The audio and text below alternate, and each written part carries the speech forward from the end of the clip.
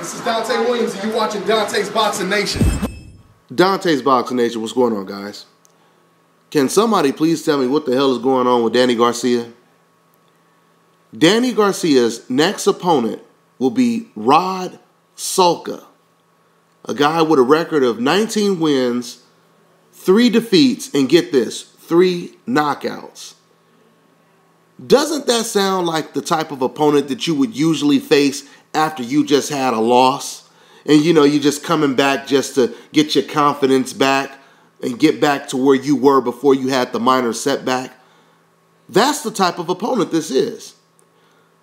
So it almost makes you draw the conclusion that even Danny Garcia feels that he may not have won that Mauricio Herrera fight, right? I mean, that's the impression I'm starting to get when I see the opponent that he's facing next. I mean, you just think about the fact that there was so many fighters that he could have faced all the way from 140 to 147. I don't even have to drop the names because you guys already know the names, right? What makes this situation look so bad for Danny Garcia is when he originally was set to fight Mauricio Herrera, that was supposed to be somewhat of just a little vacation type fight. Just, a fight to set up something big in the future.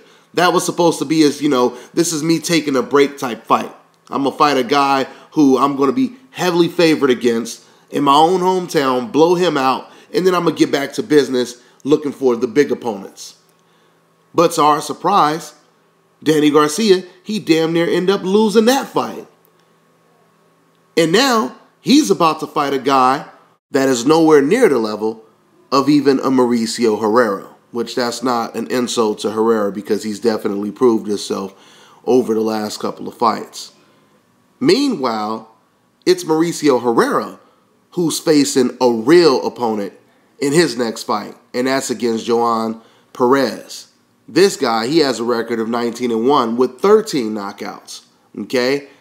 And he's far more proven than a Rod Salka.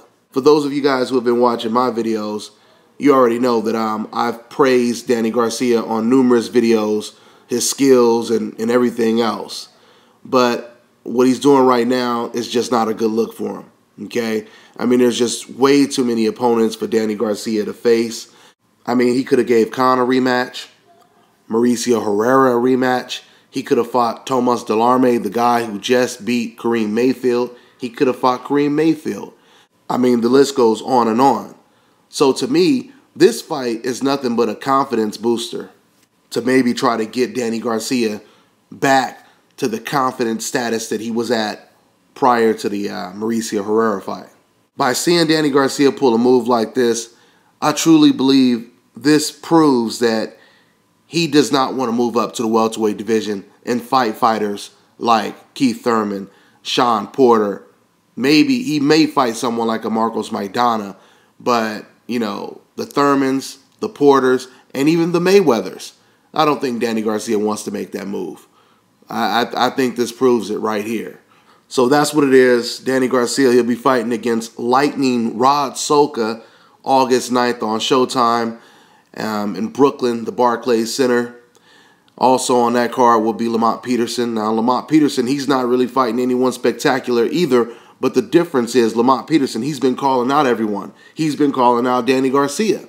Now, speaking of that proposition, the only way this Rod Salka situation really makes sense is if Showtime, they have a bigger plan, and that's to set up Danny Garcia with Lamont Peterson in the very next fight.